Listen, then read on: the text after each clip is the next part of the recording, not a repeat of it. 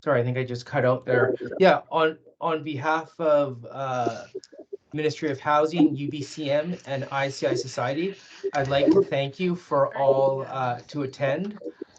Just a reminder before I pass it on to Mark to please mute your mics if you're not speaking.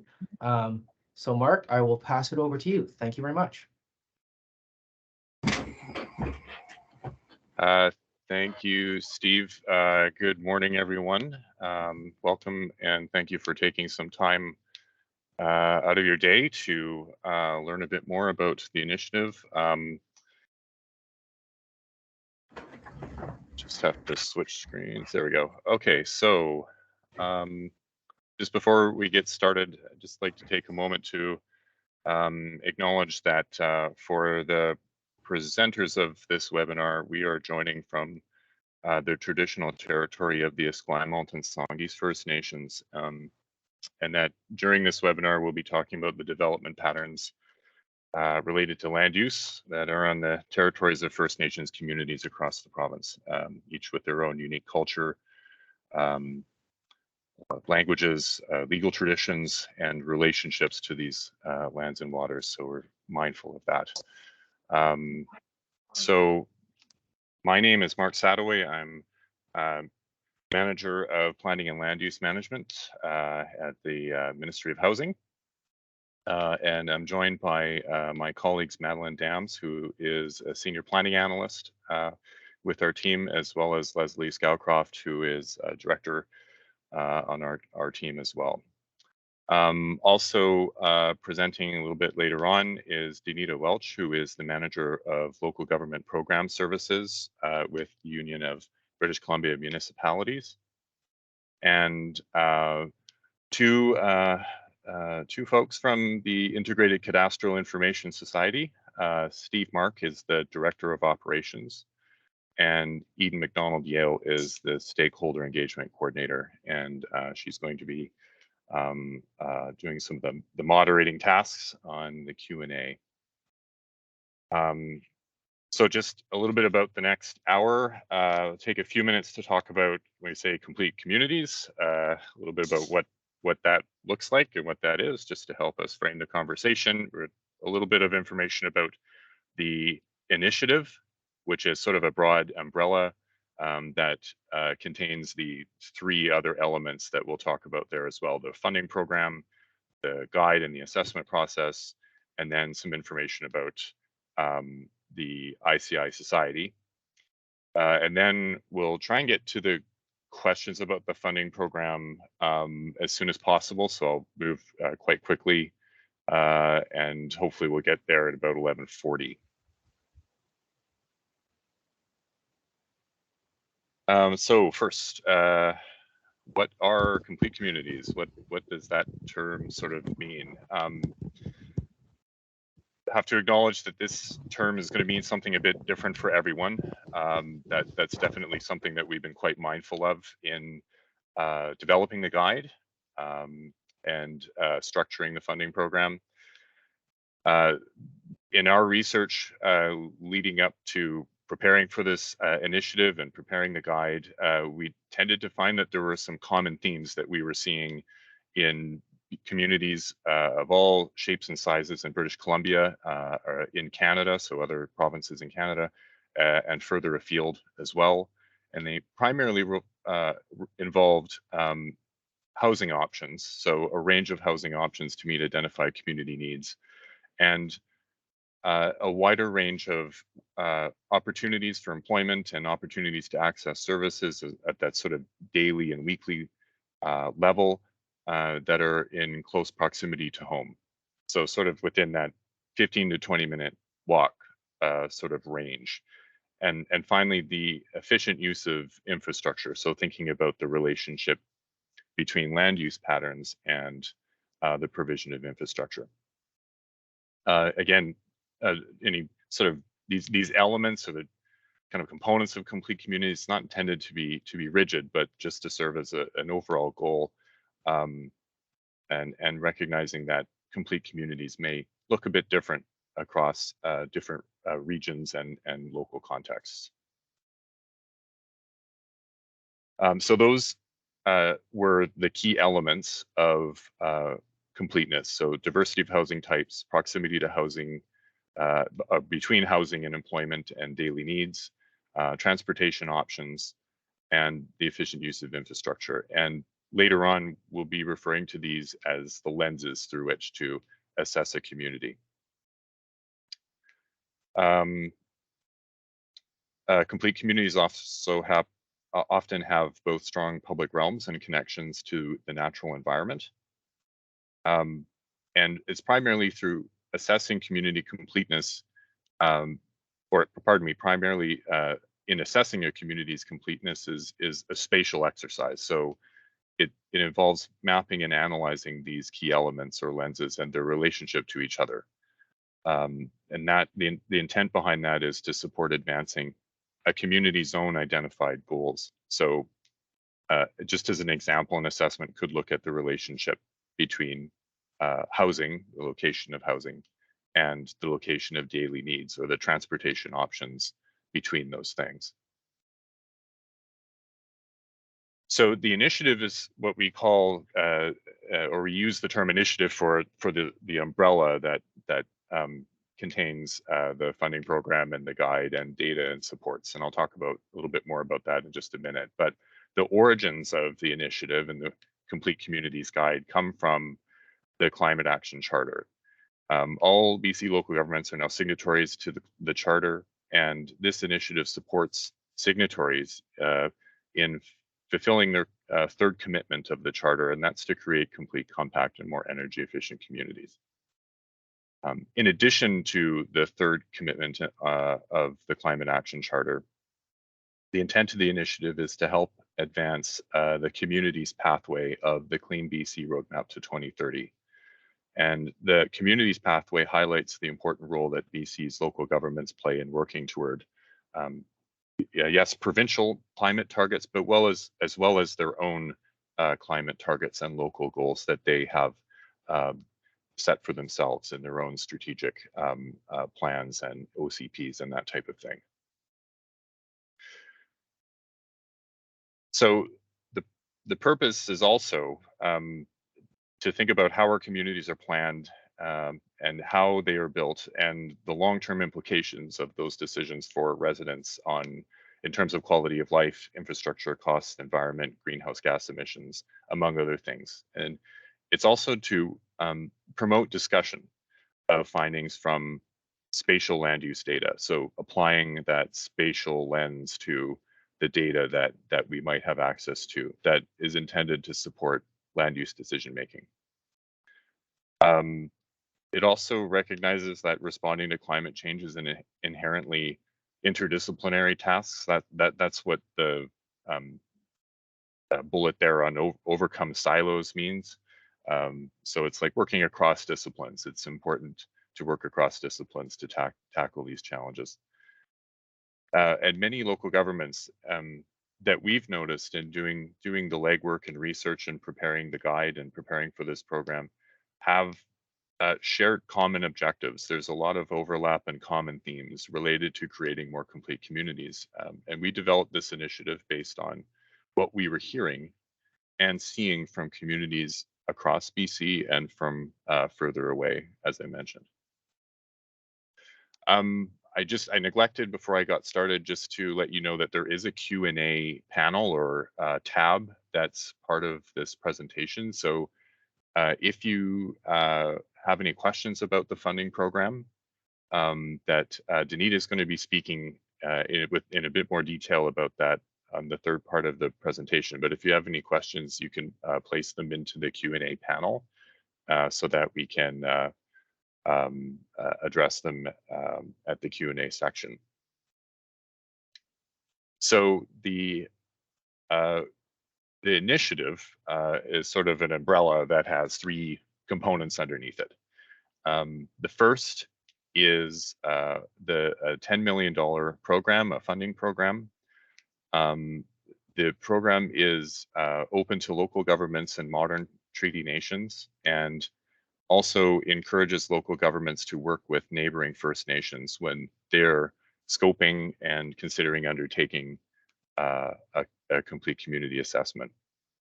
And we know since sort of publishing information about the availability of the funding program that there is a lot of interest on the part of both local governments and First Nations in the program. And we are considering what sort of approaches and program designs and eligibility criteria and that type of thing may work best for future programs and initiatives. I should also note that the guide, which is the second component of the initiative, is publicly available for use by anyone, by any community. So that is located on the Ministry of Housing's website. The funding program is being delivered by UBCM on behalf of the province. And as I mentioned, Anita from UBCM will have some more information on the details of the funding program in upcoming in just a few minutes. The guide is intended to support local governments and communities in advancing their identified community goals through creating more complete communities. And it focuses on or provides information about one approach for doing an assessment in order to understand the current built environment and to inform land use decision making. The third element is the data and supports piece. And with that, communities, we know that communities will need data. They'll be using data from various sources. Typically in the guide, one design criteria for the indicators that are mentioned in the guide is that the data is publicly available, or local governments often have that information in preparing their assessments. That's the primary data sources that are mentioned in the guide. In addition to that, there is an existing tool called the Proximity Measures Database that was prepared by Statistics Canada and Canadian Mortgage and Housing in 2020. There's information on the PMD tool in the guide. Invite you to take a look at that information. You can download the raw data from the PMD. There's a map viewer, so you can actually explore the data in a map format and turn the layers on and off. And StatsCan provided the methodology for how they built the PMD. And we are working with Statistics Canada to improve and refine the PMD just for BC. That work is still underway. And we're anticipating finishing it and posting it live in a few weeks. But so stay tuned for more information on that. Also, there's a discussion forum that is available for sort of peer-to-peer information sharing and conversation about complete communities. And Steve will be providing more information on that later in the presentation. So now I'll just turn the mic over to Danita to talk a bit about the Complete Communities program. Thanks, Mark. Thanks everyone for being here today. We're going to talk a little bit more about the funding program. Mark's already given some of the highlights, but we can certainly get into some more of the details. And then, as I was already mentioned, we will have time for Q&A. So if you are thinking of any specific questions, certainly either pop them into the Q&A or save them until we get to that portion. I should have asked this before. Can I control the slides now, or are you going to do that for me, Mark? Okay, perfect. So as already mentioned, it's a $10 million funding stream funded through the Ministry of Housing. It is an application-based program, so we are currently accepting applications for the first intake. The Union of BC Municipalities, UBCM, is the administrator. We administer a number of funding programs on behalf of the provincial government, and this has been added to the suite of sort of the social planning programs that we are running right now. Mark already spoke to the eligibility in terms of who the eligible applicants are, but the program's open to local governments and modern treaty First Nations. The grant maximum is $150,000, but we do also support and are encouraging regional applications. And regional applications can be generally any combination of eligible applicants. So an example might be a regional district might submit an application as the primary applicant and have, 2 or 3 or any number of their member municipalities join. So it's a single application from multiple eligible applicants. And in that case, the maximum for regional projects is capped at 500,000. So some of our programs, it's a multiplier effect. This is a multiplier, but with a maximum of 500,000 if you are interested in regional projects. And as Mark already spoke to, under the current program design, although First Nations are not eligible applicants on their own, we certainly very much encourage local governments to work with their Indigenous neighbors on this type of planning exercise. So a couple deadlines that have been advertised. First one's coming up quickly. So that's in just about a month's time now, actually a month to today. June 16th is our deadline. In case you haven't made applications to UBCM before and this isn't something that's known to you, if you have concerns or challenges with meeting that deadline, certainly give our office a call and we can talk about whether an extension could be something we could offer. We generally can. Usually look at an extra 2 weeks or so if communities have a rationale as to why they can't meet an advertised deadline. With all of our funding programs, resolutions are required to be submitted, but those can follow after the application deadline. So we certainly understand that our grant application deadlines don't align with council and board tables or for Treaty First Nation governance, and so we are happy to accept those resolutions after. And then we are looking forward to 2024, so I'll just squeak that in with a second deadline advertised for January of 2024. It is noted as funding permitting only in the case that we are massively oversubscribed in the June intake.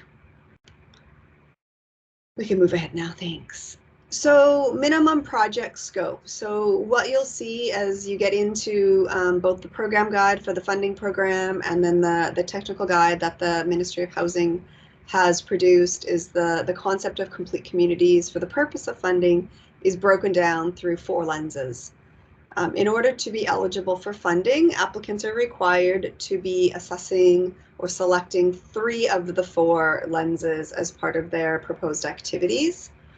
We should say out loud that even though the technical guide from the ministry is a supporting tool and it's available to communities inside and outside of the funding, for communities that choose to apply, you are not required to follow that guide. Although what you'll see quite quickly is the funding program is based on the guide. So it is tied together in that sense, but you're not required to follow any of the specific recommended activities that are in the technical guide. So what's eligible? As with most of our program guides, I would encourage everyone who's interested in funding, read the whole program guide, but also, really focus on Table 1. So Table 1, which in the program guide starts on page 6, has all of the specific eligible activities that you're going to want to consider as you're putting your application together. In a nutshell, as I've already said, they mirror the technical guide that the Ministry of Housing has put together. But the general, there's 3 phases: prepare, preparing your scope of work, doing your data collection, some of your analysis of your data. Maybe you have some fairly reliable data sets and you just need to update a little bit. So that's sort of the whole prepare section, is getting communities ready to undertake this work, and getting yourself ready is a fundable activity. Phase 2, which we're kind of simply calling assess, is when you're going to start digging into that data. As Mark already said, this is generally undertaken as a geospatial exercise. So spatial mapping and analysis will be a big part of the work. And then also identifying, the scenarios and the different actions that your community might take to increase the completeness of the community. Phase 3, so this is a planning grant, so we're able to fund communities right up to the point of developing an implementation plan for how you want to move forward, but we can't actually pay for the implementation of identified actions. So up to the implementation plan, and then the planning portion of the grant would end. With all of our funding programs, we also have other eligible costs that communities can apply for. Essentially, Table 1 is the eligible activities, and this list is other eligible costs provided they're directly supporting eligible activities. So incremental applicant, staff, or admin cost. So you need to pay somebody to do the work. So maybe you have somebody who's, for example, a 0.8 and you need to make their job full time. Those incremental portions are eligible for funding. Certainly expect that a lot of communities will be working with consultants. Any type of costs in relation to public engagement. So that could be with knowledge keepers, health authorities, equity denied populations, other local governments, etc. We want people working together. Honoraria as well, so cultural leaders, elders, etc. And we certainly do encourage communities to consider honoraria, especially for the roles of Indigenous peoples, to be equitable to consultant rates and to be mindful of the subject matter expertise that elders and knowledge keepers bring to these types of projects.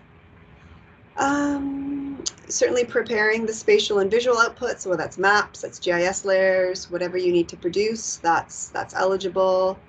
Translation, culturally appropriate materials, also key. And then if you have a look at our program guide, we also have sort of a parallel list of the things that are ineligible. So we certainly encourage folks to review that section. You can find that on page 4 of the program guide.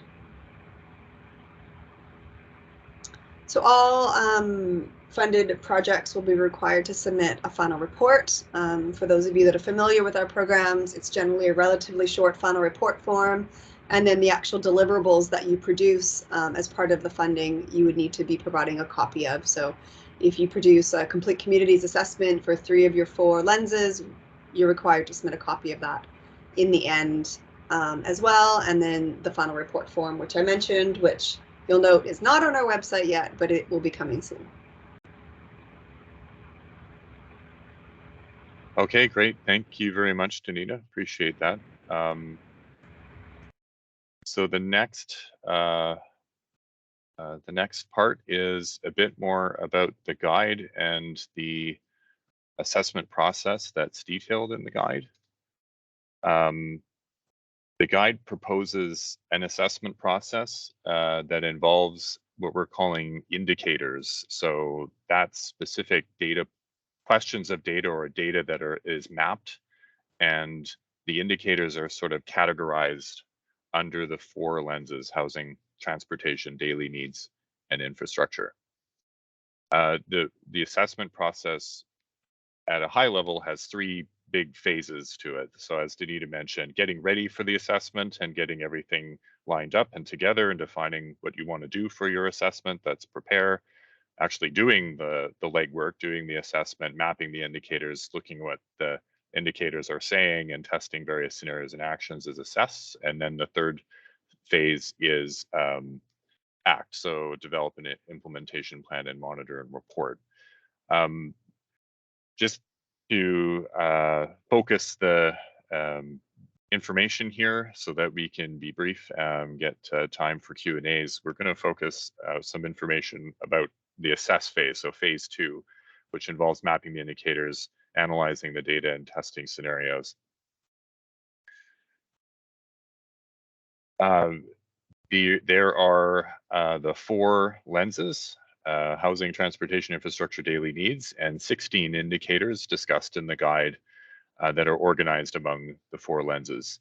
And these indicators each provide foundational knowledge that, and for many, for most, that publicly available data can be used. That was, as I mentioned earlier, a design criteria, something that we had in mind in working with the technical consultant that developed the indicators to ensure that it was had the broadest applicability. That was a core design criteria for them. The guide also includes some additional indicators. So that's if a community wants to select, adapt, and create indicators that would be most valuable to their assessment that go beyond the core key indicators. So that might require additional data beyond what tends to be more publicly available. Now, each lens, housing, transportation, daily needs, infrastructure, we feel is helpful to understand on its own, but it's likely going to be in understanding the interrelationship between these four lenses that will be the most compelling and useful for completing an assessment. There are four types of indicators. So proximity is one of them. Proximity is sort of the proximity of housing to clusters of commercial retail or civic services, that type of thing. So it's how close one thing is to another. Density, such as housing density, quantity of something in a defined area, it's pretty straightforward. Mix is the degree to which various types of things are present in a defined area. So the mix of land uses in a particular area. And proportion is the ratio of one thing to all other things relative to all other things in the same category. So an example might be the ratio of primary rental housing units to total housing units in a particular area. So that's a bit about the lenses and indicators and the types of indicators that are presented in the guide. The next step is analyzing those indicators. So the guide provides 3 examples of ways to analyze the data. There are likely others, and if there's a direction that a community wants to take that's a little bit different from what's presented in the guide, absolutely pursue that. But there are some suggestions in the guide if it would help that you can consider in looking at what the indicators are saying. So the first is simply layering the indicators on top of each other to reveal any patterns, concentrations, and gaps. So it might be gathering together as a project team and looking at mapping, layering them using geospatial software, that type of thing. Composite mapping takes that task a little bit further, and it essentially creates a new indicator based on the layered indicators that were already mapped. So I actually have some examples on the next slide of what that looks like.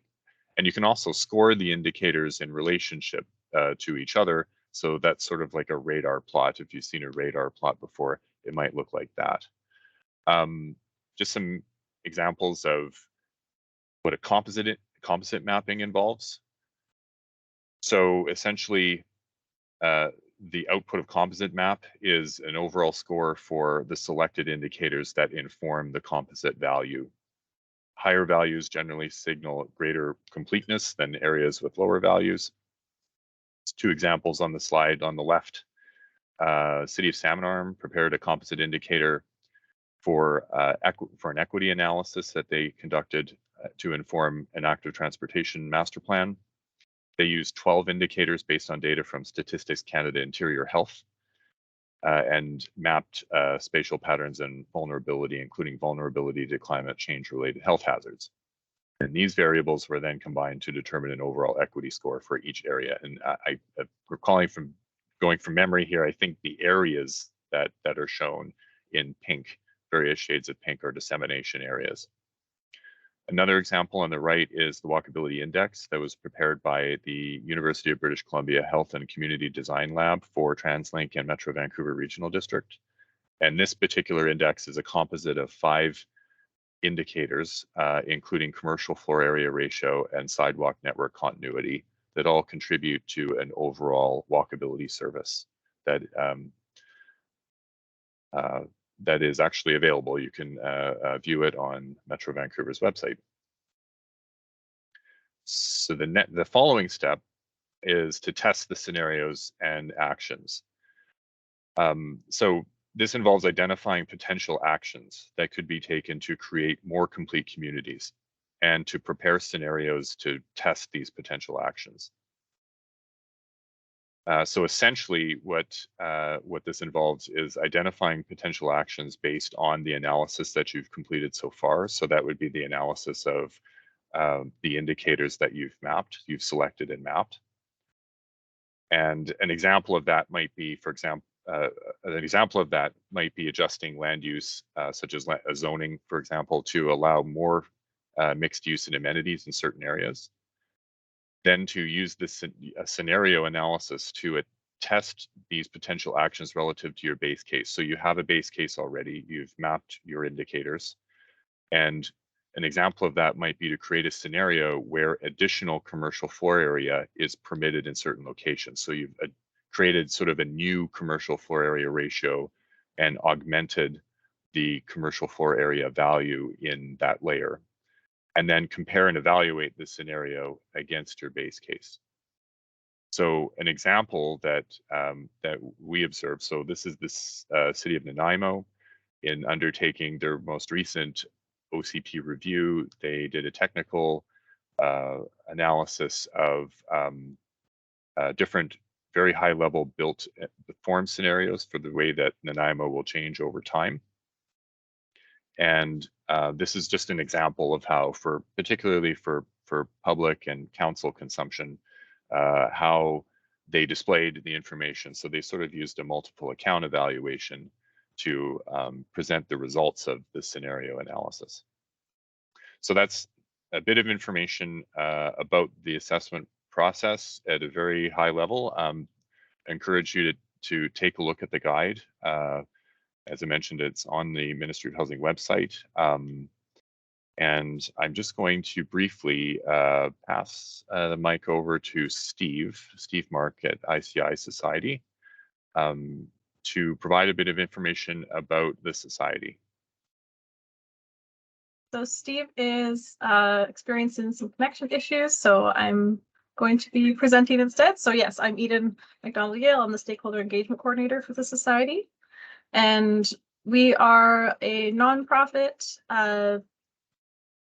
operating in BC. We were established or founded just over 20 years ago with the purpose of facilitating data sharing. And if you can go to the next slide, Mark. We work to integrate and share geospatial data across the province. We also provide education and training and just general, I guess, bringing of awareness on different data and services and other initiatives that affect organizations across BC. And lastly, we've worked to facilitate collaboration between all of our members. So we have over 300 members across several different, I guess, member types, including local governments and regional districts, First Nations, utility companies operating in BC, private sector, as well as various provincial entities. So all of the provincial ministries, BC Assessment, LTSA, that sort of thing. So our main purpose, of course, is data sharing. So I won't focus too much on this, but basically the slide is just saying we deal with a lot of data a lot of the time. And so we work to collect data from our members and distribute it out back to members. And that involves, I think it's almost 40 million records from over 200 data providers on a weekly basis. So lots of data. And we collect data such as civic addresses, parcels, infrastructure, fire hydrants, zoning, and OCP from local governments and First Nations, as well as BC Assessment, Parcel Map BC, and information from the different utility companies, and repackage it out to those different groups as well. And every week we send out those packages, which are custom to each member, including all of this data. But our biggest strength and our biggest, I don't know, proudest thing is our focus on collaboration and our wide-reaching membership. We've worked for over 20 years to establish relationships and build trust among local governments and other organizations across the province. And the work that we do wouldn't be possible without these relationships and without essentially your trust in us. And We host a variety of virtual cafes and webinars such as this, regional user conferences, which we just wrapped up a rapid fire of 5 of them within 6 weeks, I think, back in the winter with the folks from housing as well as urban systems, or the consultant that did the guide. We offer training and workshops and different networking events. And then there's also a forum, a collaboration portal on our website, which is there for members and for members to ask questions and access resources and that kind of thing. So we actually do have a forum now on our website for the Complete Communities initiative, specific to if you have questions about the different assessments, but there's also some links, which I'm sure you all have all seen since you're here, but links to the funding program website, links to the guide, and the PDF slides of this presentation are actually already up there, and we'll share the link to this recording as well. And it'll just be a place that hopefully you'll be able to use to ask questions of other local governments across the province and work together and learn from each other. Oh, rapid fire. There we go. So if you have any questions, please contact Steve, who was supposed to present, or me. There's contact information or a contact form on our website as well. And we're happy to help if it's about questions about data and you're interested in receiving data, or about Complete Communities. We can help you direct you to the appropriate people. Yeah, feel free to reach out. Thank you very much, Eden, and for jumping in there. If you both had connection issues, I would have had to wing in on this, so appreciate it. So the Ministry of Housing doesn't really have geospatial capacity in-house. And given ICI's role as being that sort of the fabric, the glue that that helps to share information, ingest information from local governments and First Nations who are participating in their services, and allowing that geospatial data such as parcel fabric and utilities to be shared with other users, made them a key partner to join us for the initiative. It's been very helpful to have them to have ICI support in this, and encourage you to check out their collaboration portal. That's sort of a peer-to-peer learning opportunity to share any results from your assessments if you're undertaking them, and ask questions of other communities that are completing assessments, and sharing information and tips and tricks on how to do your assessment in various ways. Please do make use of that. If I should ask Eden, if someone someone on the call right now doesn't have, maybe not familiar with ICI's Society or the Society's website or the collaboration portal, typically there's the contact for ICI is a geospatial staff person at local government and First Nations who are providing data. Could they go through that person or directly through you to, say, get a username? Either. If you wanted to, I mean, I encourage breaking down silos and talking to your colleagues, of course, but yeah, feel free to reach out. I think the best way is on our website, there's a contact form, there's a way to request credentials. One of us will set you up with some. If you're curious, if you already know about the Society and maybe some other colleagues of yours don't know, feel free to reach out as well, because I'm happy to do like an introduction to the Society and a little webinar meeting, and we can do more of a deep dive into the data available and specifically for your jurisdiction. And yeah, we're happy to set up credentials. I will say that if you don't think you're a member, if you're a local government, you probably are, because almost all local governments and regional districts are, and it's free. So yeah. Okay, great. Thank you very much, Eden. So that's it for the presentation. So thank you again. Slide says thank you, and very much mean it. Thank you very much for taking the time out of your day to learn a bit more about the funding program and the initiative in general and Complete Communities.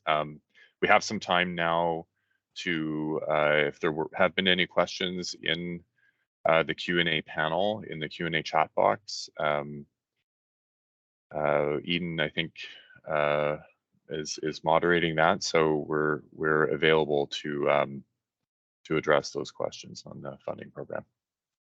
Yeah, so far there's just one question from Lauren. So can you speak to the anticipated or desired distribution of funds? So for example, are there goals for allocation between small, medium, and large communities? Sure, I can answer that. So in an application-based program, it's going to depend entirely on what is submitted. Some of our programs, we get, as an example, a lot of applications come in from, the Metro Vancouver, and we don't hear a lot from rural and remote communities. Sometimes it's the exact opposite, and we only hear from smaller communities. So if you have a look at our program guide under the review of applications, you'll see that we say, and I'm just pulling it out, so sorry, I'm looking down, I'm going to read it to you. The evaluation committee will consider the population and provincial, regional, and urban rural distribution of proposed projects. So if we are oversubscribed, that's one tool we look at of what's the distribution of projects. That said, though, we don't have sort of a formal allocation within the $10 million based on applicant type or community size. It'll be based on what we receive and the terms of reference that the evaluation committee operates under.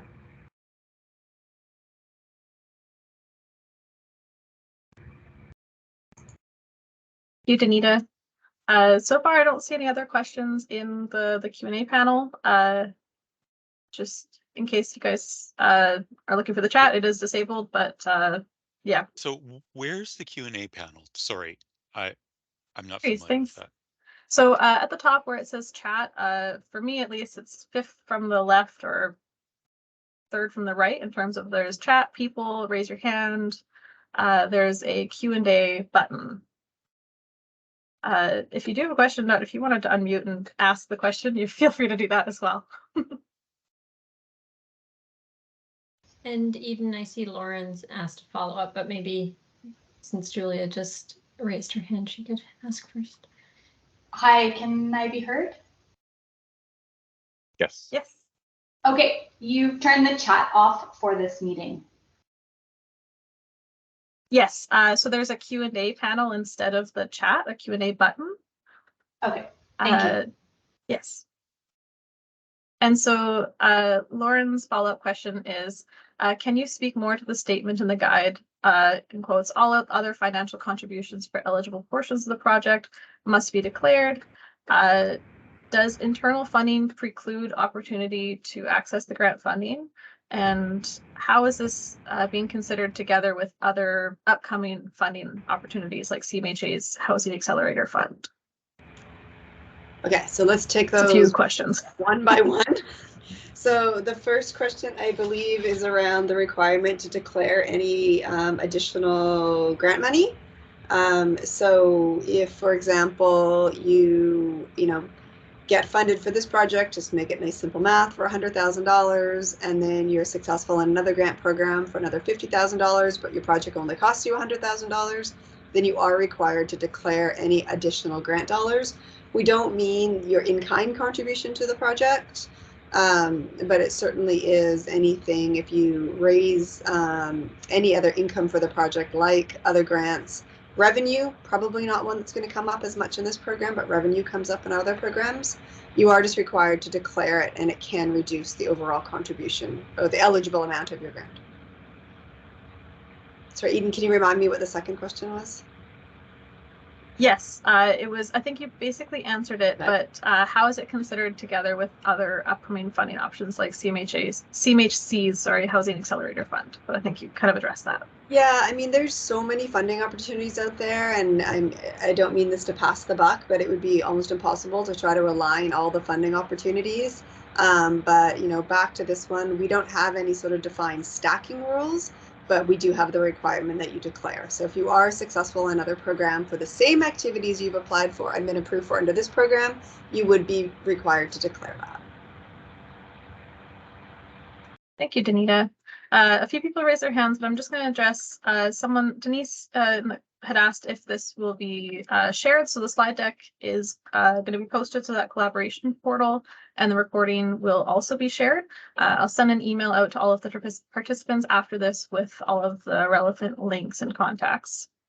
And there's a question from Destry, which I think we addressed, but are non-treaty nations eligible? Just as a quick answer.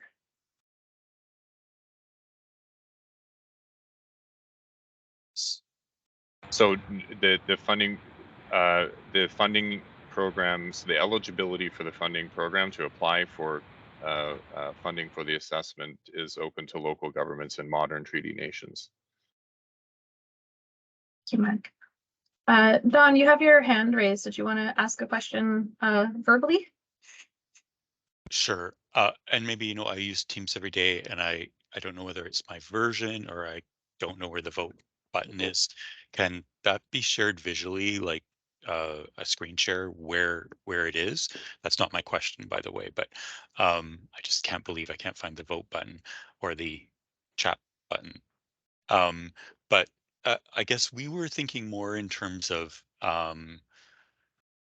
on the engagement side or on the qualitative side in terms of our funding application. And I just want to sort of what was shared here was very much on the data side in terms of kind of an emphasis on geospatial data and mapping and we had some thoughts kind of more on the visual preference side in terms of what, you know, what levels of density people might be comfortable with, or amenity preferences, or access, elasticity of walking and cycling to various amenities, how far people might be willing to walk or cycle, or some of the kind of less spatially oriented. So I just wanted to ask that's of interest and would qualify.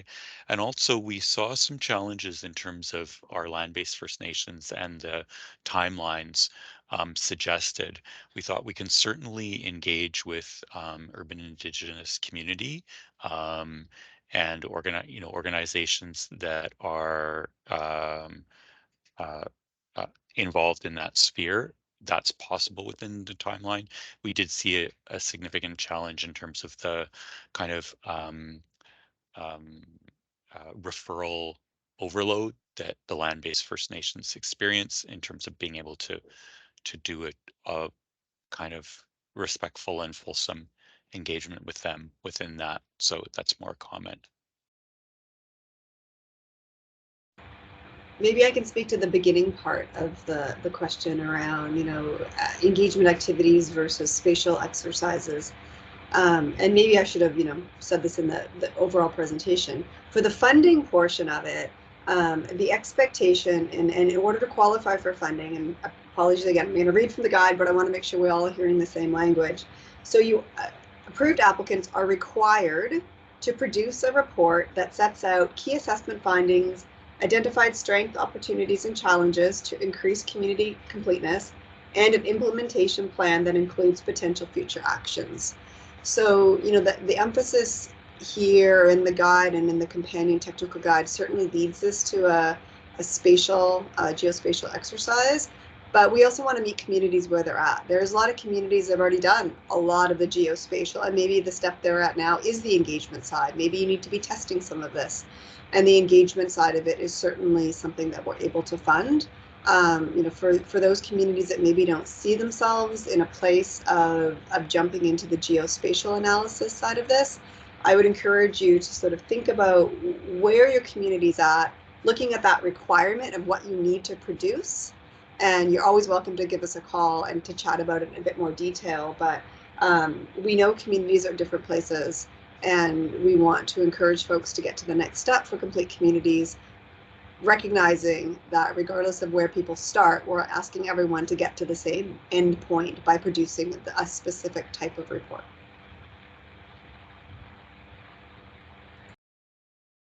Thank you, Okay. Tina. Thank you. Thanks, Don. We have a question from someone from a small rural community with limited human resources. Will it be possible to allocate some of our staff time to the grant rather than just the consultant's fees? Yes, me again. So incremental staff costs are eligible.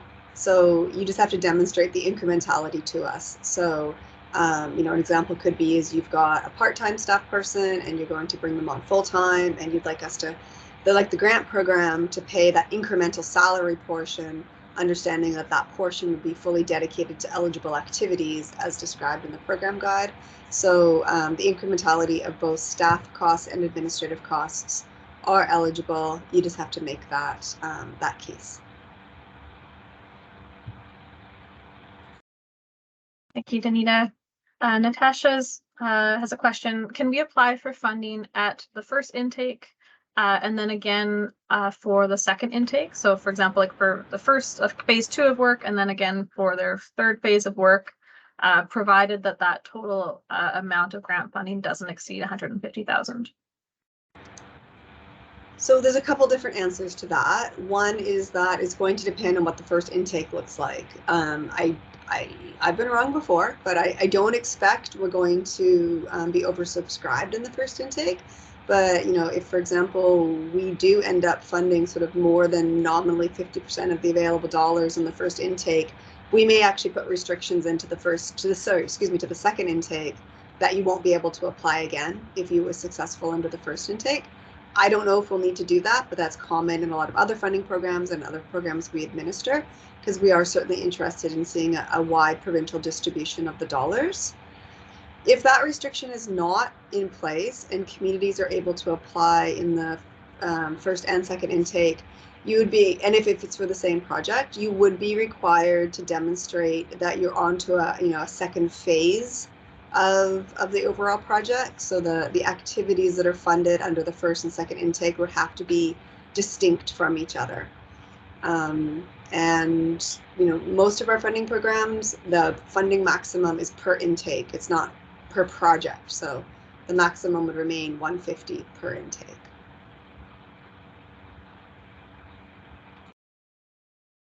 And I have a question someone asked, and then someone has commented on it. So I'm going to try to compile, aggregate that, but oh my gosh, aggregate data. I'm so sorry. Okay, so the timeline to apply is quite tight. Can you briefly review the application requirements and expectations? And then Emily, as a follow-up, reiterating what Dawn had first commented about how it will be challenging to meaningfully engage with their Indigenous neighbors ahead of making the application deadline, and so they're curious about how, yeah, if you can speak to that. Sure. So we acknowledge that this program came out later than we had hoped it would. And I don't want to get onto the ministry side of the business here, but we wanted the technical guide from the ministry to be available before the funding program came out, and those timelines ended up being a little bit different than we thought they were going to be. So the program was launched probably about 2 weeks later than we anticipated. Our general intent at UBCM is to always give communities 10 weeks between announcement and a deadline, and typically we do much more than 10 weeks, but that wasn't the case for this program. And so part of the reason we've advertised 2 intakes with the sort of internal understanding that we are going to be nominally allocating funds to both of those intakes to address the fact that some communities won't have enough time to be prepared for the June deadline. As I already said earlier, if a couple weeks would make the difference for you, I understand that that's probably not enough for meaningful consultation with Indigenous communities or other agencies or organizations in your community. But if it's an administrative reason and your staff just found out, might need a couple more weeks, certainly contact us and we can talk about an extension to the application deadline. That's pretty easy on our end. We just have to know. We just have to know that you need the extension in order to approve it. So that's something we can certainly try to accommodate. And thanks. And maybe I'll jump in there for just a moment too to say, the feedback about, the timing for meaningful engagement as part of, developing the application, we'll take that away as well. As Danita said, there were some unforeseen circumstances in terms of bringing all the pieces together. So recognize that this intake is a bit more difficult. and are definitely taking some feedback back as we look to the future programs and potentially the second intake as well. Thanks. And then, sorry, Eden, just to add further, part of the question was, how difficult or how detailed is the application process? So I was just trying to bring it up, and I'm not clicking fast enough here. But the application form, so there's 3 required elements for the application. So you got to complete the application form, submit a budget, and then submit a resolution. As I already spoke to, the resolution can follow for the primary applicant, and in the case of regional projects for the sub-applicants as well. The application form itself, I mean, I really believe in short and sweet wherever that's possible. The application, I'm just trying to bring it up, is very slowly opening. It is 11 questions. So, it's not intended to be onerous. It's to help us understand where your community's at with being a more complete community, what you want to do, and to test how that aligns with the intent of the program. So it's it's generally intended to be as short as possible so that the evaluation committee can do their due diligence in reviewing applications.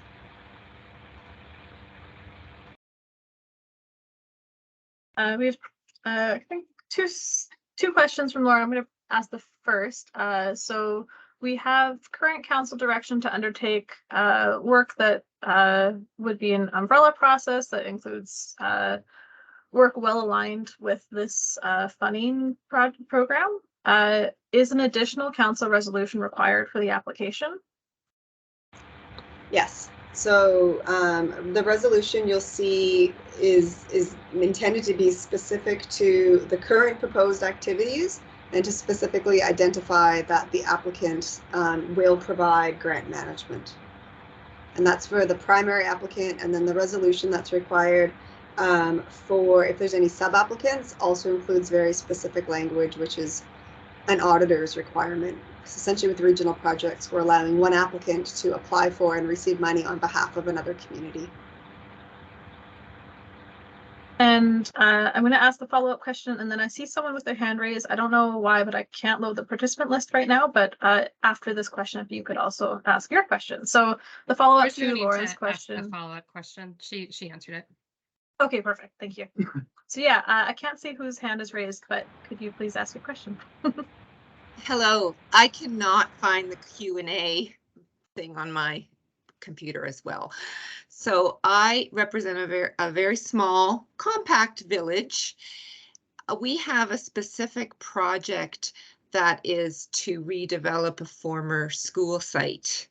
And I'm just wondering if, as part of this sort of mini project within a more compact village, if somehow this would be an opportunity for a overall exercise.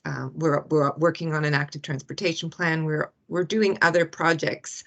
I'm trying to get my mind around how the specific middle school redevelopment could form part of this overall complete community. So a very jumbled question, but just wondering how, if that would be something that would fit under this program. I'm not sure that there's really enough information to go on there to give you a very solid answer. I suppose I would turn it back to you to sort of go to the program guide, really look, reflecting on the fact that to be eligible, you need to be assessing 3 of the 4 lenses. So, how does that potential redevelopment of a middle school site address housing, transportation, daily needs, infrastructure? How is your project as it's envisioned right now going to result in a report that would meet the requirements for this program in terms of the required deliverable that you're required to submit with your final report?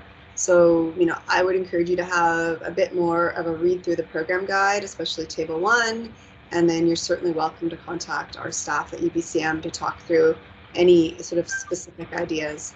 I will say though, this is the first intake of a brand new program.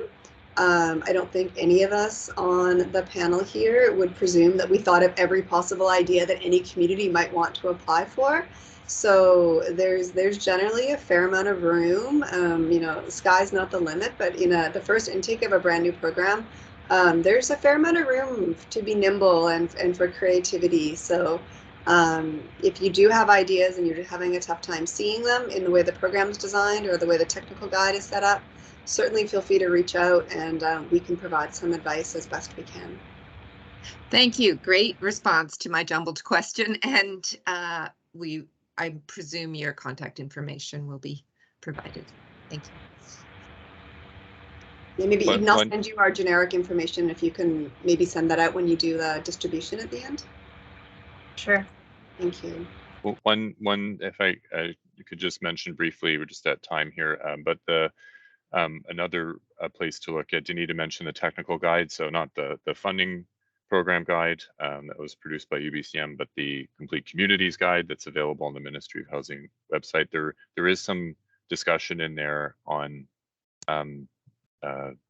delineating your study area, I guess, and scoping your project. So have a look at the guide. There's some sort of things to bear in mind that are presented. You can geographically track your assessment area to, you know, it doesn't have to be the full border to border footprint of your community. You can, if you want to, bring the borders of your analysis into a specific neighborhood or a development site, or do the whole community and see how that site and changes to that site actually affect the completeness of the indicators for the entire footprint. But there's some information on that in the technical guide. Okay, so just recognize that we're really a bit over here. I think just take a moment to thank everyone for attending and for your great questions. Eden will follow up with some contact information and links for your reference, and this will be posted so you can view the recording, and for people who weren't able to attend, it'll be on a YouTube channel, I think UBCM Communications YouTube stream, as soon as we can get it processed and uploaded. So in any case, again, thanks for your time, and best wishes, and